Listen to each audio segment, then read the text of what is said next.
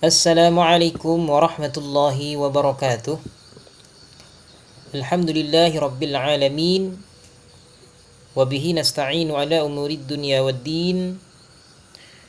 Wassalatu wassalamu ala ashrafil anbiya'i wal mursalin. Wa ala alihi wa sahbihi ajma'in. Amma ba'du.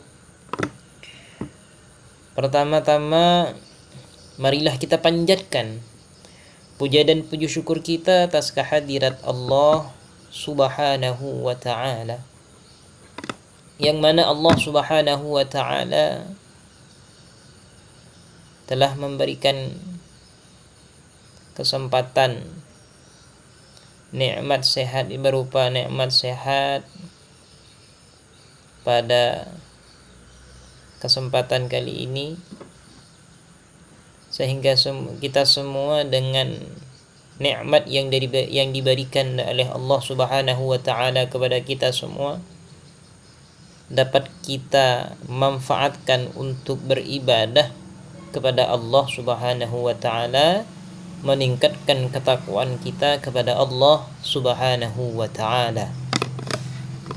Oleh karena itu, marilah kita bersyukur kepada Allah Subhanahu wa taala dengan mengucapkan alhamdulillahi rabbil alamin. Kedua kalinya salawat beserta salam kita mudah-mudahan tetap tercurah limpahkan kepada junjungan Nabi besar kita Muhammad sallallahu alaihi wasallam, yang mana Nabi Muhammad telah membawa kita dari alam penuh dengan kegelapan menuju alam yang terang menderang, yakni adanya Islam wal iman yang kita rasakan pada saat ini juga.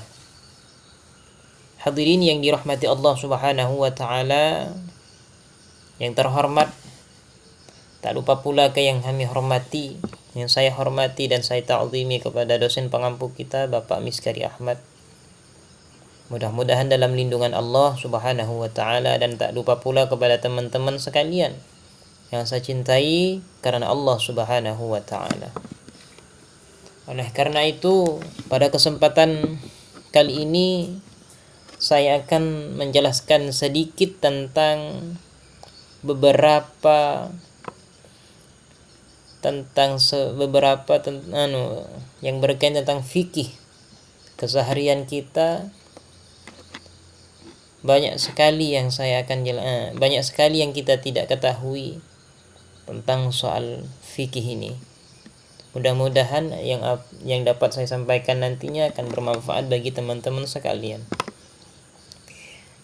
Yang pertama, saya akan menjelaskan sedikit tentang apa itu pengertian ruang lingkup dan manfaat.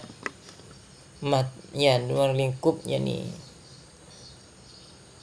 pengertiannya, sebab-sebab timbulnya perbedaan pendapat antar mazhab fikih.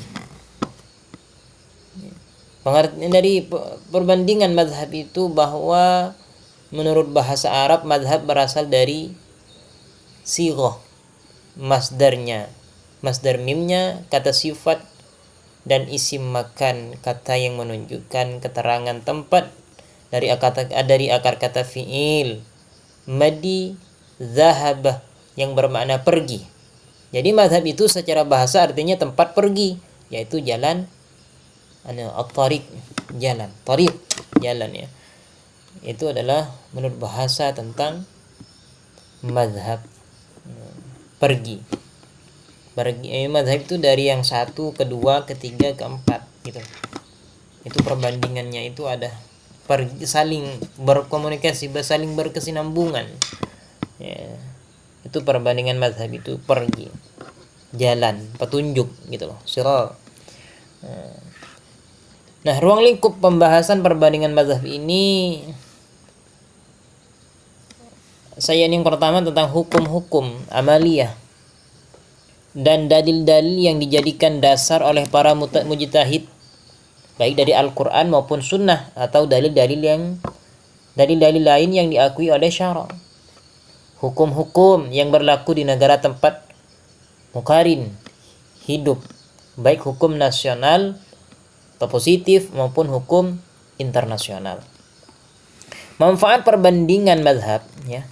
Adapun tujuan dan manfaat mempelajari perbandingan mazhab antara lain untuk mengetahui pendapat para imam mazhab, para imam mujtahid, untuk mengetahui dasar-dasar dan akidah-akidah yang digunakan setiap imam mazhab, imam mujtahid, dengan memperhatikan landasan berfikir para imam mazhab. Dan sebab timbulnya perbedaan pendapat antar mazhab ini, perbedaannya ini adalah kalangan ulama laksana sebuah taman yang dipenuhi aneka bunga dengan berbagai warna dan bentuk. Jadi ini ibarat bunga, ya. Menurut mazhab ini seperti ini, mazhab Maliki seperti ini, Syafi'i, Hambali seperti ini. Jadi kita itu saling mencocokkan. Oh, ternyata mazhab Maliki seperti ini toh, Syafi'i seperti ini toh, gitu loh. Jadi kita bisa membedakan, gitu loh. Tidak salah semuanya, betul semua, cuman kita mana yang cocok bagi kita sendiri, mari kita ikuti, gitu. Ya, ini dan yang selanjutnya adalah metode hukum istimbat. Hukum yang disepakati oleh ulama fikih dan masih diperdebatkan oleh ulama fikih. Pengertian hukum istimbat, hukum secara etimologis. Kata istimbat berasal dari kata benda, an-nabat, gitu. Bahwa yang berarti air yang keluar dari dalam sumur, yang kali pertama digali, sehingga kata istimbat digunakan dalam arti istikhraj, mengeluarkan, yaitu mengeluarkan atau menjelaskan sesuatu yang sebelumnya masih belum jelas. Dan ada dalil hukum yang disepakati, Al-Quran. Al-Quran yang terkadang di dalam Al-Quran itu ada 3 macam, yaitu pertama hukum tiqadiyah, hukum ibadat, hukum muamalat, itu dalam Al-Quran. Dan as-sunnah itu adalah al-hadis, sesuatu yang disadarkan kepada Nabi Muhammad SAW. Ada ijma itu kesepakatan ulama, ya. Jadi apabila ada qaul aujah, kesepakatan ulama yang paling banyak, berarti itu yang kita harus ikuti. Ada juga dalil hukum yang tidak disepakati, ada.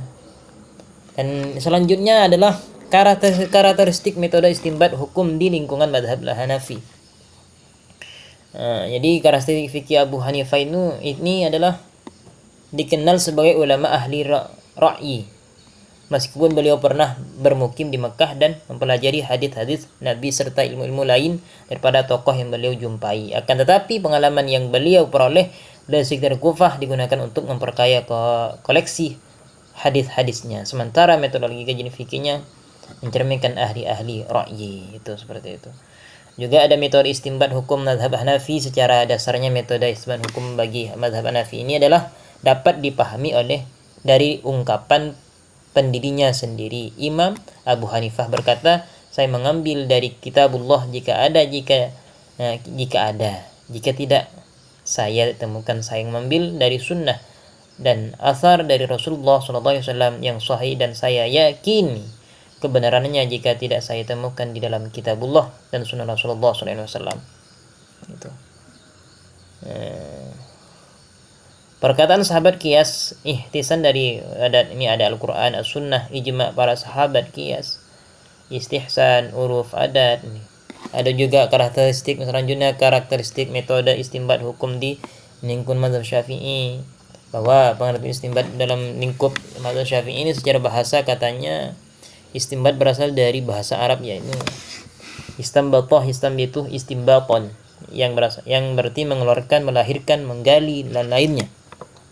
Kata dasarnya adalah khabata, nabata, yambutu nabatan nubutan.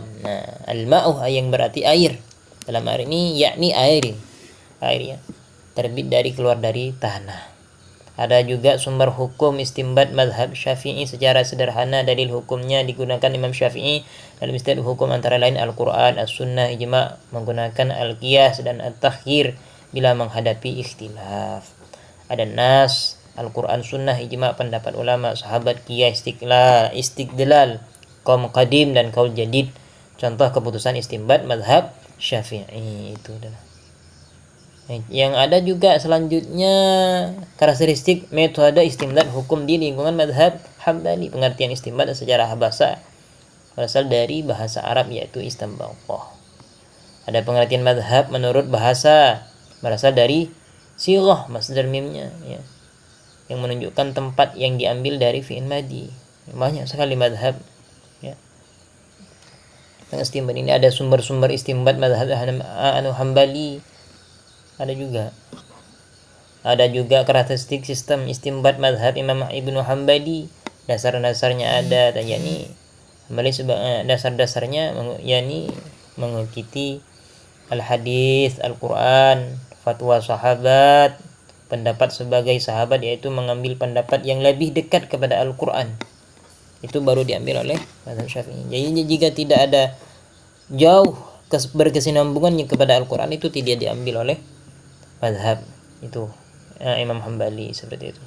Ada metode istinbat hukum Imam Ahmad bin Hambal, ada juga tentang mazhab fikih di luar aliran Sunni, mazhab fikih Syiah.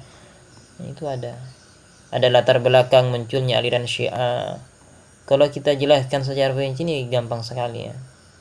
Cuman karena waktunya kita terbatas.